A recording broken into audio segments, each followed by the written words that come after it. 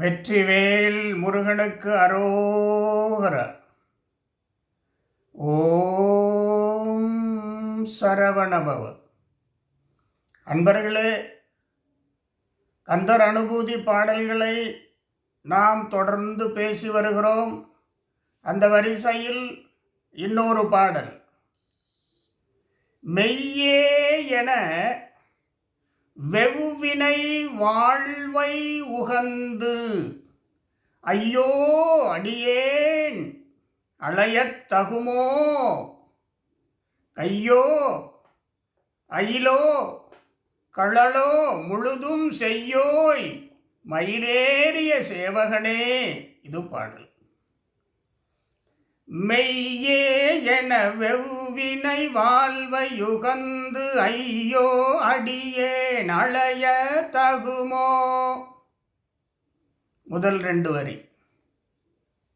முதல் ரெண்டு வரியிலே அருணகிரிநாதர் குறிப்பிடுகின்றார், வெவ்வினை வாழ்வினை, அதாவது தீய வினைகள் நிறைந்த இந்த வாழ்வினை மெய் என்று எண்ணி துன்பப்படுவது தகுமோ, துன்பப்படுவது சரியோ என்று நம்முடைய அருணகிரிநாதர் இறைவனிடத்திலே, முருகப்பெருமானிடத்திலே கேட்கிறார். இவருடைய கேள்வி, வெவ்வினை வாழ்வினை மெய் என்று எண்ணி அடியேன் துன்பப்படல் சரியோ சரியில்லை. அப்படி என்றால் உண்மையான வாழ்வு, மெய்யான வாழ்வு எது? அதை எனக்கு அருளாய் முருகப்பெருமானே. பொய்யான வாழ்விலே, துன்பங்கள் நிறைந்த வாழ்விலே நான் சிரமப்படக்கூடாது. எனக்கு துன்பமற்ற வாழ்வினை அருளாய் முருகப்பெருமானே. எப்படிப்பட்ட முருகப்பெருமான்? கையோ அயிலோ களலோ முழுதும் செய்யோய். சிவந்திருக்கிறது முருகப்பெருமான். அழல் உருவானவன். அழல் உருவான உருவோடு இருக்கிற பொழுது அது அருளாற்றல் அன்பர்களுக்கு தருகின்ற ஜோதியாக இருக்கிறது. அதாவது மாணிக்கவாசகர் சொல்வார், செந்தாமரை காடனைய மேனி தனிச்சுடரே. மாணிக்கவாசகர் சிவபெருமானை சொல்வார், செந்தாமரை காடு அணைய மேனி தனிச்சுடரே. அப்படி இங்கே அருணகிரிநாதர் சொல்கிறார், கையோ அயிலோ களலோ முழுதும், கையோ அயிலோ களலோ முழுதும் செய்யோய் மயிலேறிய சேவகனே. அப்படி சிவந்திருக்கிறது. அப்படி என்றால் முருகப்பெருமானிடத்திலே அளவிலா அருளாற்றல் இருக்கிறது அன்பர்களுக்கென்று. அந்த அருளாற்றலை அடியேனாகிய எனக்கு தருவாய் முருகப்பெருமானே. துன்பமில்லா வாழ்வு துய்க்க வேண்டும் என்பது உட்பொருள். எது மெய்யான வாழ்வு? திருமந்திரத்தில் திருமூலர் சொல்வார், தன்னை அறிய தனக்கு ஒரு கேடில்லை, தன்னையே அறியாமல் தானே கெடுகிறான். தன்னை அறிதல் நல்ல வாழ்வு. அடுத்து திருவாசகத்திலே, நெறியல்லா நெறிதன்னை நெறியாக நினைவேனை. எது நெறி என்று தெரிந்து அந்த நெறிப்படி நாம் நடக்க வேண்டும். முத்தி நெறி அறியாத மூர்க்கனொடு முயல்வேனை. அப்படி இருக்கக்கூடாது. முக்தி நெறி அறிந்தவரோடு சேர வேண்டும். செம்மை நலம் அறியாத சிதடரோடும் திரிவேனை. அப்படி திரியக்கூடாது. திரிந்தால் துன்பமான வாழ்வு, அதை விட்டு விலகினால் இன்பமான வாழ்வு. இருள் கடிந்த உள்ளத்து எழுகின்ற ஞாயிறே ஒன்று. உள்ளத்திலே இருள் இருந்தால், பொய் என்கின்ற இருள் இருந்தால் துன்பமான வாழ்வு, அது நீங்கினால் இன்பமான வாழ்வு. பொய்மையே பெருக்கி பொழுதினை சுருக்கும் புலையனேன் என்று திருவாசகம் சொல்கிறது. பொய்மை இருக்கக்கூடாது. பொய்மை விலகினால் நல்ல வாழ்வு, இன்பமான வாழ்வு.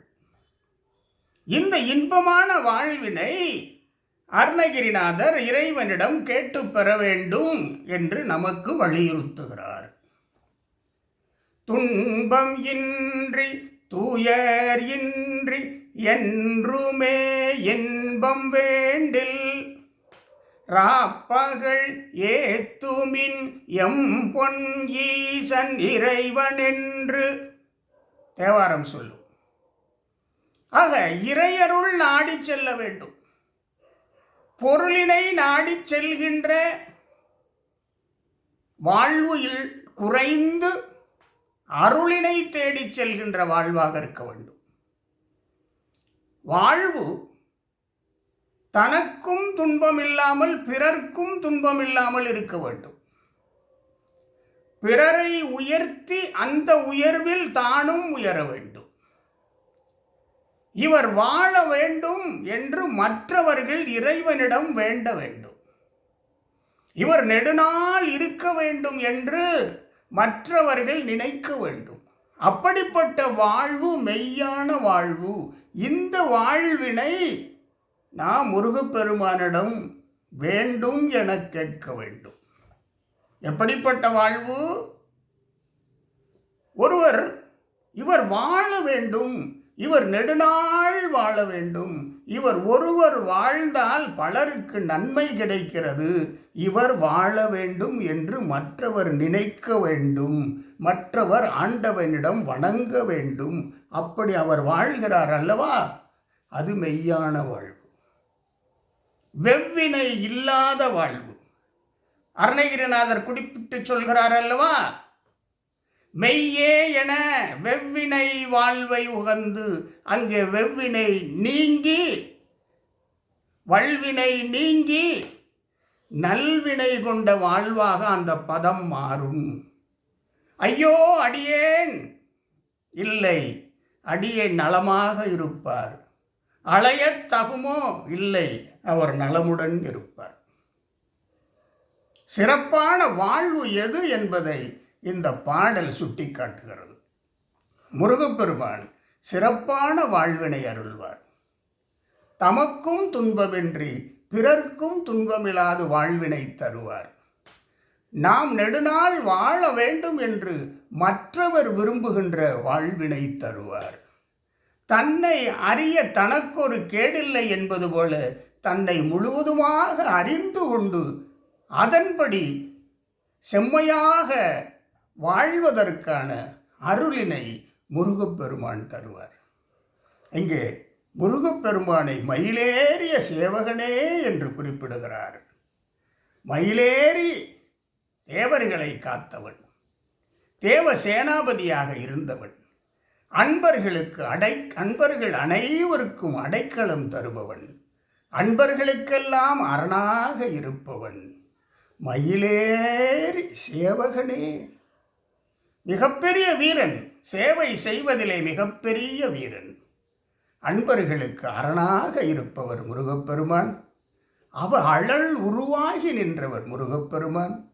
அவரிடத்திலே நாம் என்ன கேட்கின்றோம்? நல்வினை சேர்ந்த வாழ்வினை கொடு.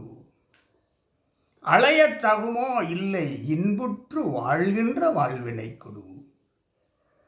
நான் வாழ வேண்டும் என்று மற்றவர் நினைக்கின்ற வாழ்வினை கொடு. பிறர்க்கென உழைக்கின்ற வாழ்வினை கொடு. பிறர்க்கென வாழ்கின்ற வாழ்வினை கொடு. அதுதான் வெவ்வினை போய் நல்வினை சேர்க்கின்ற வாழ்வு. அது மெய்யான வாழ்வு. இந்த செய்தியை நாம் இந்த பாடலில் இருந்து தெரிந்து கொள்கிறோம். முதல் 2 வரி நல் வாழ்விற்கான செய்தி, அடுத்த 2 வரி முருகப்பெருமானுடைய பேராற்றல், அருளாற்றல்.